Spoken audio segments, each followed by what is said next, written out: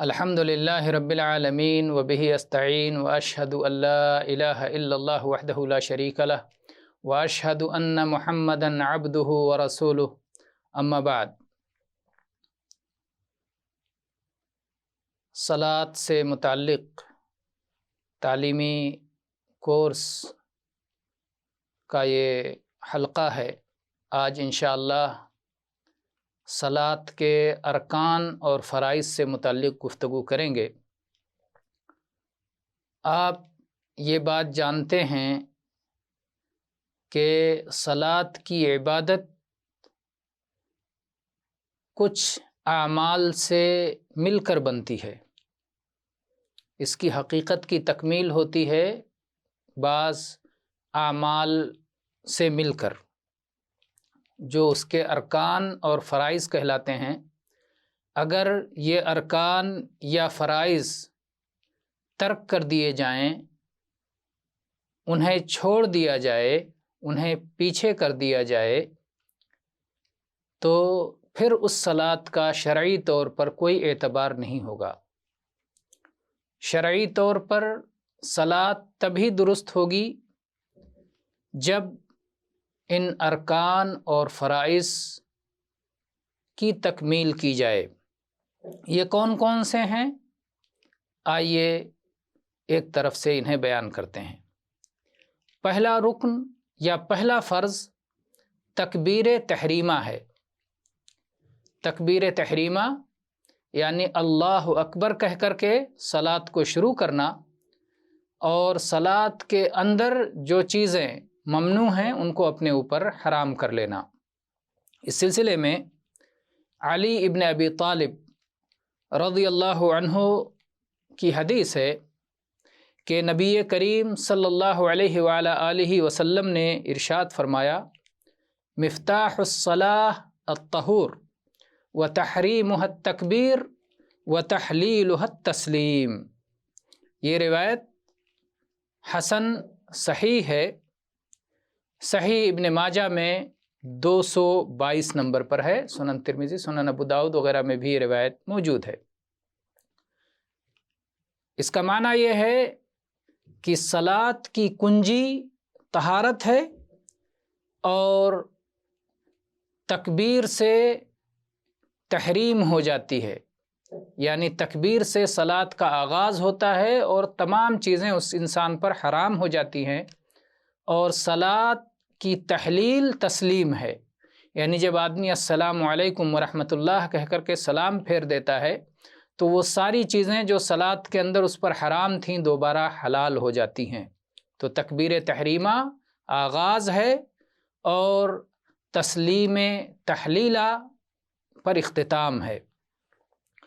اسی طرح سے ابو ہریرہ رضی اللہ عنہ کی وہ حدیث بھی اس کی دلیل ہے، جس میں نبی صلی اللہ علیہ وسلم نے اس شخص کو صلاۃ کی تعلیم دیتے ہوئے ارشاد فرمایا تھا جس نے صلاۃ میں غلطیاں کی تھیں، اور آپ نے بار بار اسے واپس کیا تھا، پھر آپ نے اسے صلاۃ کی تعلیم دی، تو آپ نے فرمایا: اذا قمت الى الصلاۃ فکبر، جب صلاۃ کے لیے کھڑے ہو، قیام کرو، تو اللہ اکبر کہہ کر کے صلاۃ کا آغاز کرو۔ تو یہ پہلا فرض ہے، پہلا رکن ہے تکبیر تحریمہ۔ صلاۃ کا دوسرا رکن یا دوسرا فرض ہے قیام، کھڑے ہونا، ایسے شخص کے لیے جسے قیام کی قدرت ہو۔ اللہ تعالیٰ نے قرآن پاک میں فرمایا: وَقُومُوا لِلَّهِ قَانِتِينَ، وقوموا، اور کھڑے ہو جاؤ۔ تو قیام کا اللہ تعالیٰ نے حکم دیا، اور ایسے ہی اللہ کے رسول صلی اللہ علیہ وسلم کا مبارک عمل یہ تھا کہ آپ قیام کے ساتھ صلاۃ ادا کرتے تھے۔ اور عمران ابن حسین رضی اللہ عنہ کو آپ نے اس کا حکم بھی دیا۔ آپ نے فرمایا: صلی قائما فإن لم تستطع فقاعدا فإن لم تستطع فعلى جنب۔ یہ روایت صحیح ہے، صحیح الجامع میں 3778 نمبر پر ہے۔ صحیح بخاری، سنن ابی داؤد، سنن ترمذی وغیرہ میں یہ روایت موجود ہے۔ تو آپ نے فرمایا کھڑے ہو کر صلاۃ ادا کرو، اگر اس کی استطاعت نہ ہو، اگر اس کی طاقت نہ ہو تو پھر بیٹھ کر ادا کرو، اور اگر اس کی استطاعت بھی نہ ہو تو پہلو کے بل لیٹ کر ادا کرو۔ لیکن استطاعت کی صورت میں کس طرح ادا کرنا ہے؟ قیام کے ساتھ کھڑے ہو کر۔ تو یہ دوسرا رکن اور دوسرا فریضہ ہے۔ تیسرا فریضہ ہے ہر رکعت میں سورہ فاتحہ کی تلاوت کرنا۔ عبادہ ابن صامت رضی اللہ عنہ بیان کرتے ہیں کہ اللہ کے نبی صلی اللہ علیہ وعلی آلہ وسلم نے ارشاد فرمایا، لا صلاة لمن لم يقرأ بفاتحة الکتاب۔ یہ حدیث متفق علیہ ہے، صحیح بخاری، صحیح مسلم، اس کے علاوہ سنن ترمذی، سنن نسائی، سنن ابن ماجہ، سنن ابی داؤد وغیرہ میں بھی یہ حدیث موجود ہے کہ اس شخص کی صلاۃ نہیں، یعنی اس شخص کی صلاۃ درست نہیں، اس شخص کی صلاۃ قبول نہیں جس شخص نے سورہ فاتحہ کی قرات نہیں کی، جس شخص نے سورہ فاتحہ کو نہیں پڑھا۔ اسی طرح سے وہ شخص جس نے صلاۃ میں غلطی کی تھی اور اللہ کے نبی صلی اللہ علیہ وسلم نے اسے صلاح کی تعلیم دی تھی، اسے آپ نے فرمایا تھا کہ جو میسر ہو اس کی تلاوت کرو، اور پھر آپ نے کہا تھا ثم فعل ذلک فی صلاتک کلھا، پھر تم اپنی پوری صلاح میں ہر رکعت میں یہی عمل دہراؤ۔ یعنی ایسا نہیں ہے کہ صرف ایک رکعت میں پڑھ لیا، باقی رکعتوں میں نہ پڑھو۔ تو ظاہر ہے کہ سورہ فاتحہ سے زیادہ میسر، زیادہ آسان کوئی چیز نہیں ہے، اور واضح طور پر اس کا نام لے کر حکم دیا گیا ہے۔ تو یہ رہا صلاۃ کا تیسرا فرض اور تیسرا رکن۔ چوتھا رکن ہے رکوع کرنا، اور پانچواں رکن ہے اطمینان کے ساتھ رکوع کرنا۔ اس سلسلے میں اللہ تعالیٰ نے قرآن مجید میں ارشاد فرمایا، یا ایھا الذین آمنوا ارکعوا واسجدوا، اے ایمان والو رکوع کرو اور سجدہ کرو۔ سورہ حج کی آیت نمبر 77۔ اور اللہ کے نبی صلی اللہ علیہ وسلم نے صلاۃ میں غلطی کرنے والے کو تعلیم دیتے ہوئے ارشاد فرمایا تھا، ثم ارکع حتی تطمئن راکعا، پھر تم رکوع کرو، قیام کے بعد رکوع کرو، اور رکوع اتنی دیر تک کرو کہ تمہیں اطمینان ہو جائے۔ یعنی اعتدال اور اطمینان یہ بھی رکوع کے اندر فرض ہے۔ تو ایک رکوع فرض ہے اور دوسرا فرض رکوع کے اندر اطمینان اور اعتدال ہے۔ اس کے بعد میں چھٹا فرض یا چھٹا رکن ہے رکوع کے بعد کھڑے ہونا، اور ساتواں فرض ہے اطمینان کے ساتھ کھڑے ہونا، یعنی اتنی دیر تک کھڑے رہنا کہ مطمئن ہو جائے انسان اور اعتدال ہو جائے۔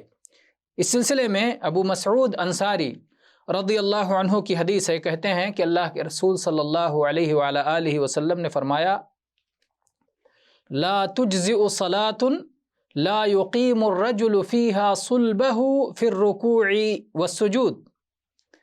یہ حدیث صحیح ابن ماجہ میں 1710 نمبر پر موجود ہے کہ اس آدمی کی صلاۃ کافی نہیں ہے جو شخص رکوع اور سجدے میں اپنی پیٹھ کو درست نہیں کرتا۔ اور ایسے ہی اللہ کے نبی صلی اللہ علیہ وسلم نے اس شخص کو جس نے صلاۃ میں غلطی کی تھی، آپ نے تعلیم دیتے ہوئے فرمایا تھا، ثم ارفع حتی تعتدل قائما، پھر تم رکوع سے اٹھ جاؤ اور یہاں تک کہ پوری طرح کھڑے ہو جاؤ، پوری طرح معتدل ہو کر کھڑے ہو جاؤ، قیام مل جائے، قیام ہو جائے۔ تو اس سے معلوم ہوتا ہے کہ رکوع کے بعد کا قیام اور اس میں اعتدال یہ فریضہ ہے، رکن ہے۔ اور 8واں فرض ہے سجدہ کرنا، اور 9واں فرض ہے اطمینان اور اعتدال، سجدے میں اطمینان اور اعتدال کا ہونا۔ تو یہ کل 8واں اور 9واں، آپ اسے فرض کہیں یا رکن کہیں، کیونکہ اللہ تعالی نے فرمایا، یا ایھا الذین آمنوا ارکعوا واسجدوا، اے ایمان والو رکوع کرو اور سجدہ کرو۔ تو رکوع اور سجدہ یہ 2 فریضے ہیں، 2 ارکان ہیں صلاۃ کے اندر، اور اعتدال اس حدیث سے معلوم ہوتا ہے جس میں نبی صلی اللہ علیہ وسلم نے غلطی کرنے والے کو صلاۃ کی تعلیم دیتے ہوئے ارشاد فرمایا تھا ثم اسجد حتی تطمئن ساجدا، پھر تم رکوع سے قیام کرنے کے بعد سجدہ کرو اور یہاں تک کہ تمہیں سجدے میں اطمینان ہو جائے، سجدہ باطمینان کرو۔ پھر آپ نے فرمایا ثم ارفع حتی تطمئن جالسا، پھر سجدے سے اٹھو اور بیٹھ جاؤ یہاں تک کہ اطمینان ہو جائے۔ ثم اسجد حتی تطمئن ساجدا، پھر دوبارہ سجدے میں جاؤ اور یہاں تک کہ سجدے میں اطمینان ہو جائے۔ تو سجدہ، پہلا سجدہ بھی باطمینان کرنا ہے، دوسرا سجدہ بھی باطمینان کرنا ہے، اور دونوں سجدوں کے درمیان جو نشست ہے، جو بیٹھک ہے، اس میں بھی اطمینان اور اعتدال ضروری ہے۔ اسی طرح سے کن اعضاء پر سجدہ کریں گے یہ بات آپ جانتے ہیں، لیکن ایک بار پھر آپ سن لیں عبداللہ ابن عباس رضی اللہ عنہما کی روایت کہ اللہ کے نبی صلی اللہ علیہ وعلی آلہ وسلم نے ارشاد فرمایا امرت ان اسجد علی 7 اعظم، مجھے اس بات کا حکم دیا گیا ہے کہ میں 7 ہڈیوں پر سجدہ کروں، علی الجبہہ، پیشانی پر، واشار بیدہ الی انفہ، اور اللہ کے نبی صلی اللہ علیہ وسلم نے اپنے ناک کی طرف اشارہ کیا، یعنی ناک اور پیشانی کی ایک ہڈی تو ایک یہ ہو گئی، اور والیدین، اور دونوں ہاتھ، دونوں ہاتھوں کی ہتھیلیاں زمین پہ رہنا چاہیے، والرکبتین، اور دونوں گھٹنے، واطراف القدمین، اور دونوں پیروں کے کنارے، دونوں پیروں کی انگلیوں کا سرا، انگلیوں کا کنارہ، یہ کنارہ بھی زمین پہ ہونا چاہیے۔ تو گویا دونوں قدموں کے کنارے ہو گئے 2، اور 2 گھٹنے ہو گئے 4، اور 2 ہاتھ ہو گئے 6، اور ناک اور پیشانی مل کر کے 7 ہڈیاں ہو گئیں جن پر کہ سجدہ کرنا ہے۔ یہ حدیث متفق علیہ ہے، صحیح بخاری، صحیح مسلم اور حدیث کی مزید کتابوں میں آپ دیکھ سکتے ہیں۔ اسی طرح سے عبداللہ ابن عباس رضی اللہ عنہما سے روایت بھی ہے کہ اللہ کے رسول صلی اللہ علیہ وسلم نے فرمایا لا صلاۃ لمن لا یصیب انفہ من الارض ما یصیب جبینہ، یہ حدیث صحیح ہے، علامہ البانی نے صفت الصلاح میں ذکر کیا ہے، دارقطنی کی روایت ہے کہ اس شخص کی صلاۃ نہیں جو آدمی اپنی ناک کو زمین پہ نہ رکھے جس طرح اپنی پیشانی کو رکھتا ہے۔ تو جس طرح سے پیشانی کو زمین پہ رکھتا ہے، اگر اپنی ناک نہ رکھے تو صلاۃ درست نہیں ہوگی۔ تو گویا ناک اور پیشانی دونوں کا حکم اس معاملے میں ایک ہے۔ تو یہ ہو گئے 9 ارکان۔ 10واں رکن ہے دونوں سجدوں کے درمیان بیٹھنا، اور 11واں رکن ہے دونوں سجدوں کے درمیان اطمینان سے بیٹھنا۔ تو بیٹھنا ایک رکن اور اس کے اندر اطمینان کا پایا جانا، یہ دونوں رکن ہے، دونوں فریضہ ہے۔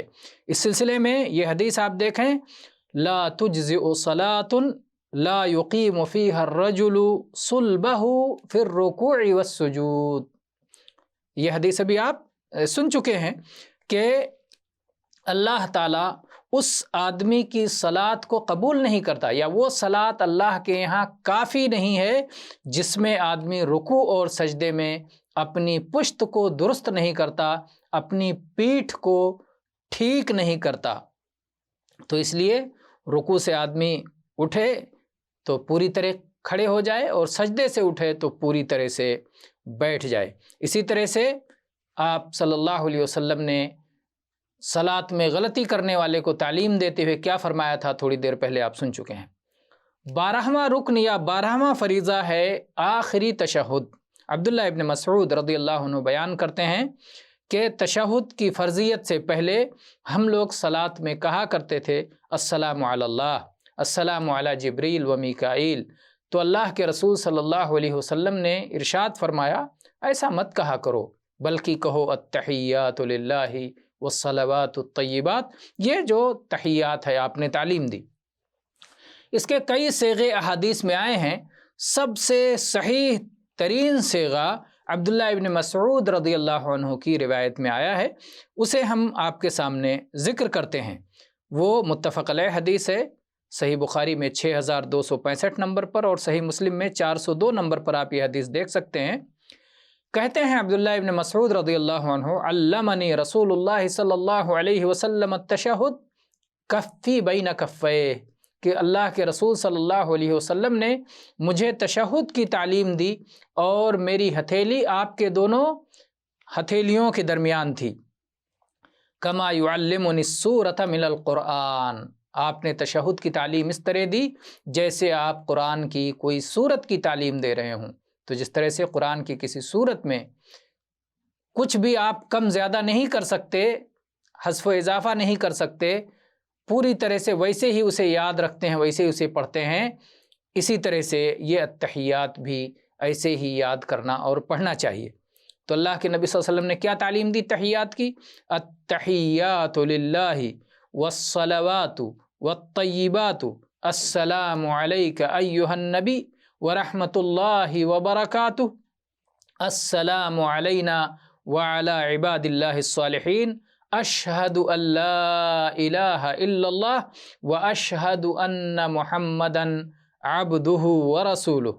یہ التحیات ہے کہ اللہ تعالیٰ کے لیے تعریفیں، اللہ تعالیٰ کے لیے پاکیزہ کلمات، اللہ تعالیٰ کے لیے ہر طرح کا رفع ذکر اور بڑائیاں، عظمتیں، بزرگیاں، اور اس کے بعد اللہ کی یہ تعریف کرنے کے بعد اے نبی آپ پر اللہ کی جانب سے سلامتی اور اللہ کی رحمت اور اللہ کی برکتیں آپ پر نازل ہوں، اور ہم پر بھی اللہ کی جانب سے سلامتی نازل ہو، اور اللہ کے تمام نیک بندوں پر میں گواہی دیتا ہوں کہ اللہ کے سوا کوئی سچا معبود نہیں، اور میں یہ گواہی دیتا ہوں کہ محمد صلی اللہ علیہ وسلم اللہ کے بندے ہیں اور اللہ کے رسول ہیں۔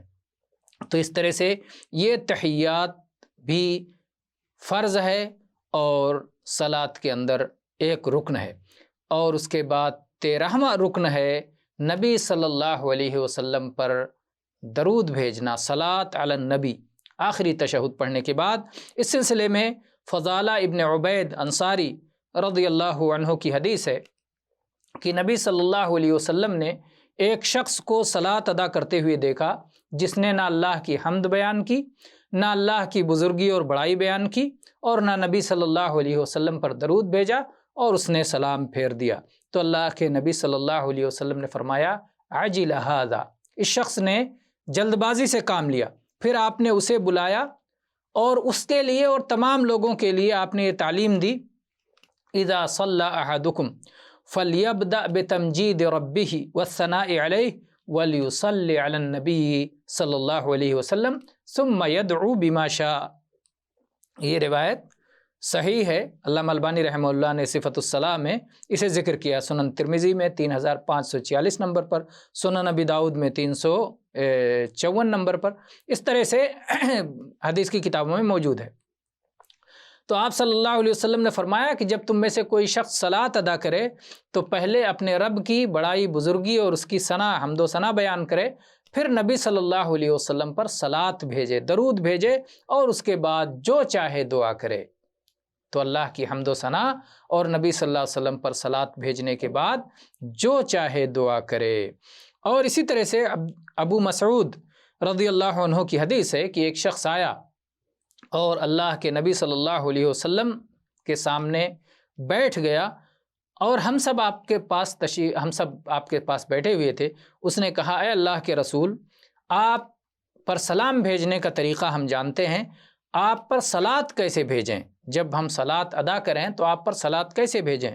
تو اللہ کے نبی صلی اللہ علیہ وسلم تھوڑی دیر خاموش رہے، یہاں تک کہ ہمیں یہ بات اچھی لگی کہ کاش اس آدمی نے سوال نہ کیا ہوتا، لیکن پھر اللہ کے نبی صلی اللہ علیہ وسلم نے ارشاد فرمایا اذا انتم صلیتم علی فقولوا اللہم صلی علی محمد النبی الامی وعلی آل محمد۔ یہ حدیث جو کہ بسند حسن مروی ہے کہ آپ نے فرمایا کہ جب تم صلاۃ ادا کرو تو اس طرح ان الفاظ کے ساتھ میں مجھ پر درود بھیجا کرو، صلاۃ بھیجا کرو، اللہم صلی علی محمد النبی الامی وعلی آل محمد۔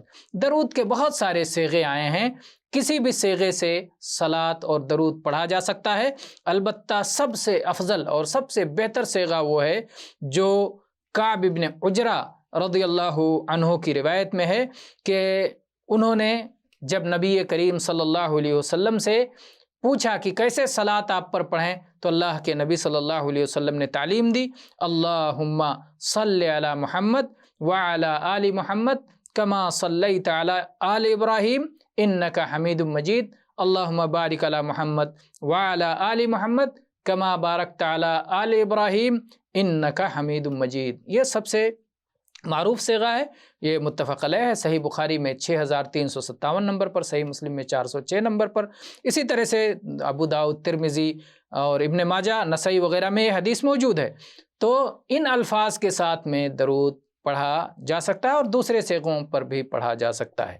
اور سب سے آخری رکن ہے، صلاۃ کا آخری رکن ہے سلام پھیرنا، اور اس کی دلیل وہ حدیث جو آپ تکبیر تحریمہ کے بیان میں سن چکے ہیں، مفتاح الصلاۃ الطہور وتحریمها التکبیر وتحلیلها التسلیم۔